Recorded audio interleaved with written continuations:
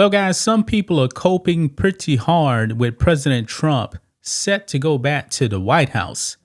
Now, I saw this clip a few days ago and I said to myself, I definitely need to react to this because this woke black woman here has decided she is going to leave the United States of America because President Trump is going back to the White House.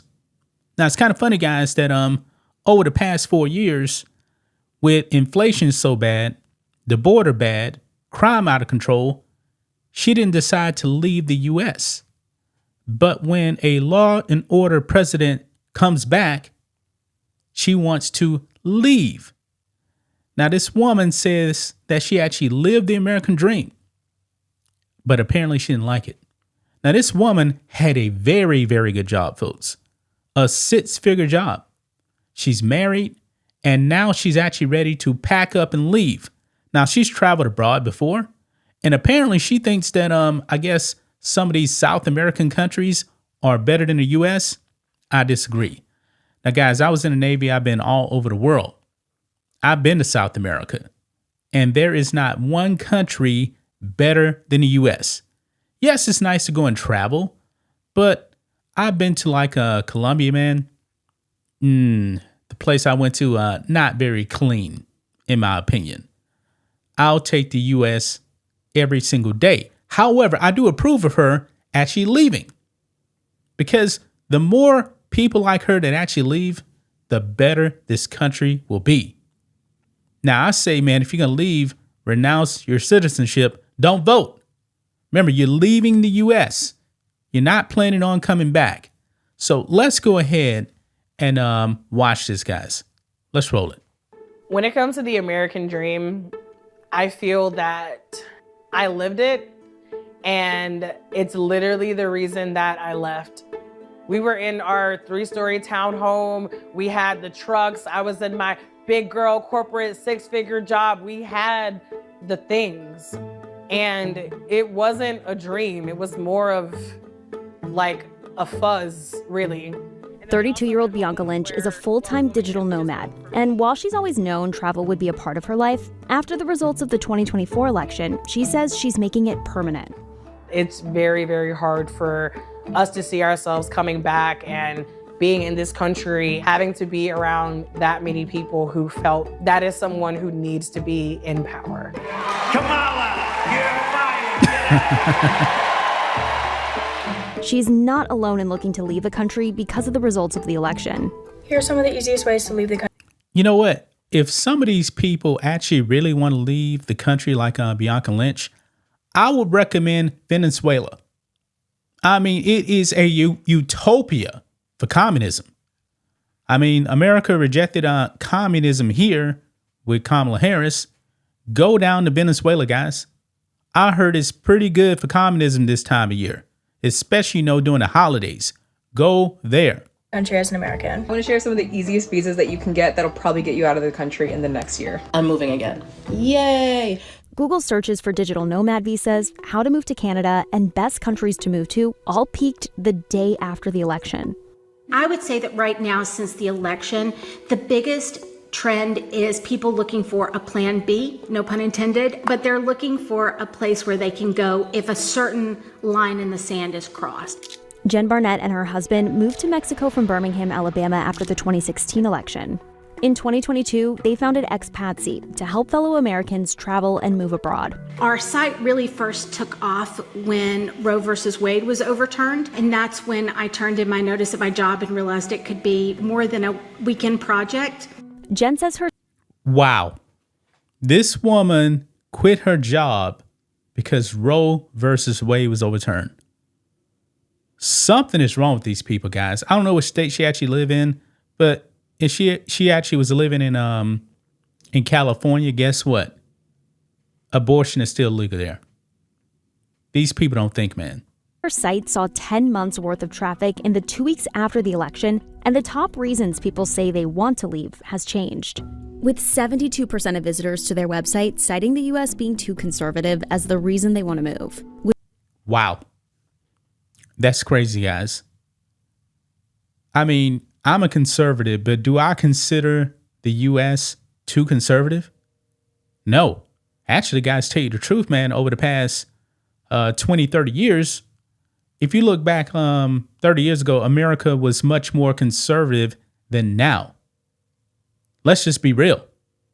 I mean, now, guys, you got, before Roe versus Wade, man, you got people aborting their kids like never before. Gay marriage, man, is legal. Nobody believed in gay marriage back in the 1990s. Not even in 2002. America too conservative? Nah, I don't buy that. Which she says is a 30% increase from before the election. What would you say your life was like living under the first Trump presidency? It felt like that administration gave a lot of people the permission to essentially say and do whatever they wanted. I was always... Yeah, she's a communist, guy. She doesn't believe in free speech. Because if you say something to her and she disagrees with it, oh no, you must be a bigot, you must be a racist, something like that. She's easily triggered. I was aware that I was a black woman because that's the life of being a black woman in the US, but I was hyper aware during that time. I always tell people there has not been one country I've ever been to where I didn't feel safe because I was black outside of the United States. Bianca grew up in North Carolina. 5 years ago, she took an extended trip abroad. I did 4 countries in 4 months. I did Chile, Peru, Colombia, and Mexico.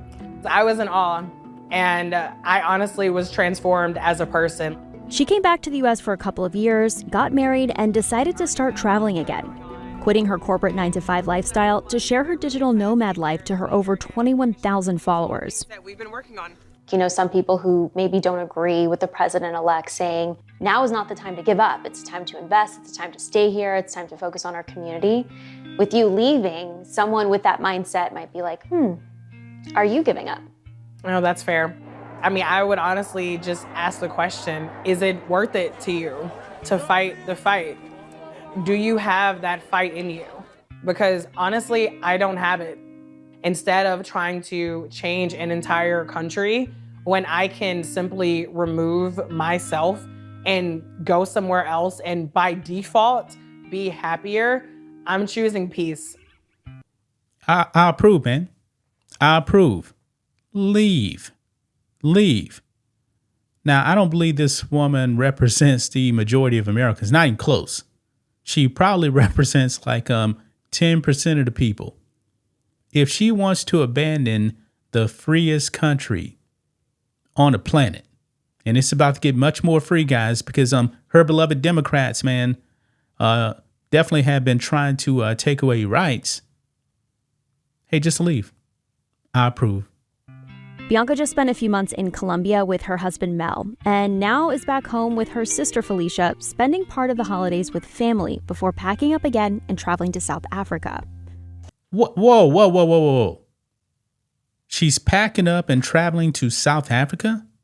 Wait a minute, man. Now, the U.S. got rid of Jim Crow back in the 1960s, right? So now she's going to travel to a country that just had apartheid 30 years ago? Yeah. But the U.S. is bad. Okay. It was tradition, Christmas music, and putting up the tree. Dang, you ain't have to be like it was tradition. I'm here now. I mean, it still is. But that's why I said we was going to do it before you left again, so we could do it together. It's not as fun by myself. All good. So you said you will not be coming back to the U.S. since Trump won the last election. Have you told your family this? Yes and no. I know that our family knows that we plan on being abroad for a while.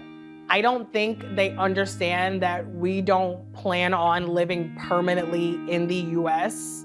again. Yeah, her family probably thinks she's crazy once they find out about this. We're just sort of passive aggressively dropping these hints. Why is that? I don't know how they will take it. We don't want to hurt anyone. This is one reason why I'm constantly encouraging people to travel, to get out of this misconception of travel is dangerous and the United States is the safest country in the world, because people worry. These people are asking me questions when I'm live in Vietnam, like, are you safe? Are you safe in Colombia? And I'm like, are y'all safe? Colombia does have one of the highest rates of firearm homicides, along with several other North and South American countries and territories. But among high-income countries with populations over 10 million, the U.S. is #1 for gun violence.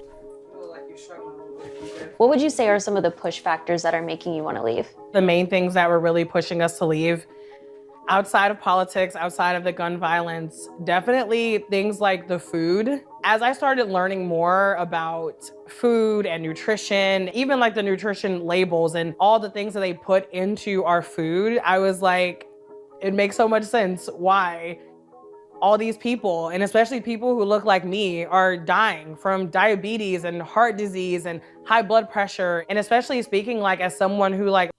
Okay, now she's bringing up black people and these diseases. Now, one thing that I do not agree with when it comes to like the medical world, they'll say like, oh, high blood pressure. If you're black, you got a higher chance of getting high blood pressure. I don't believe in the racial aspect of that. I believe it's actually choices. Now, could some of these things be genetic? Yeah. But she brings up the food, man. Guess what? There's a problem with poison in the food all over the planet, pretty much. You know, unless you're in one of these hunter-gatherer tribes out there. They still exist, by the way. That's the best way. But you don't need to leave the country over that. Choose better food. Okay, stop eating the cereal. And to be honest, guys, I'm just being honest. It looks like she's never missed a meal. I'm just being real. Lost their dad to that recently. I was like, this is crazy. According to the CDC, Black Americans have the second lowest life expectancy at birth of all racial and ethnic groups in the United States. Heart disease, stroke, and diabetes disproportionately impact those in the Black community in the U.S. And yeah, it's about choices. Now, economic conditions, you know, can play a factor, but I believe instead of going out there and buying cereal and stuff because it's cheap, you know, you can go out there and buy a can of sardines. Sardines. I mean, I'm not the biggest fan of like lunch meat, but it's still better than eating all the sugar and all the carbohydrates. I mean, you can buy some chicken thighs. Pretty cheap. Eggs. Pretty cheap. Bacon. Yeah. Black Americans have some of the highest rates of high blood pressure in the world. Some of this can be tied to the number of food deserts and ultra-processed food.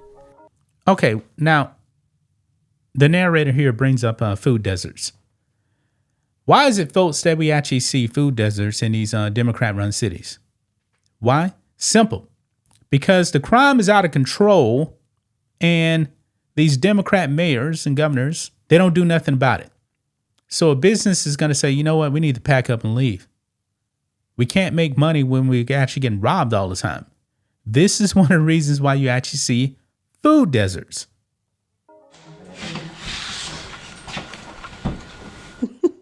He's always like that. Do you think there's any circumstances where you could see yourself coming back to the U.S.? Let's say in 4 years, there's another president that you do agree with.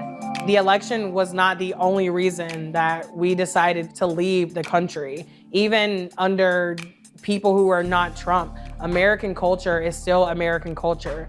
It's still the rat race. We're still being fed this food that is just like mass produced. It's still all these people who are living in survival mode. And I just feel. And you know what? That's why RFK is coming on board to clean up the food here. Okay? Clean up the food. But she's still going to leave anyway. I feel like at this point, it's mental health over everything. It's very hard to imagine coming back after experiencing something way better. She might not. Man. So they have, man. There you have it, man. She can't handle it, man. The orange man is coming back. The orange man, you see him right there, man. He's coming back. And she can't handle it, man. But I approve, man. If you're going to leave, please renounce your citizenship. And President Trump, honestly, this is what he should do, man. When he gets in office, he should actually fund people that want to leave and let them leave wherever they want to go. Hey, Venezuela is pretty good, like I said, for communists. I would say he should actually pay for them to leave. But here's stipulation. They must renounce their citizenship and never come back. Hey, we'll pay for it. Man. But hey, this is what she wants to do, man. This woman was not a victim. She had a very, very good job. 6 figures, man. Not a lot of people making 6 figures. But hey, this country's so bad now because of the orange man. Gonna leave right there, guys. That's just my thoughts on this. What do you guys think of this? Black and White Network fans, let us know what you think about all this in the comments. Make sure to subscribe to the channel. And we will catch you next time.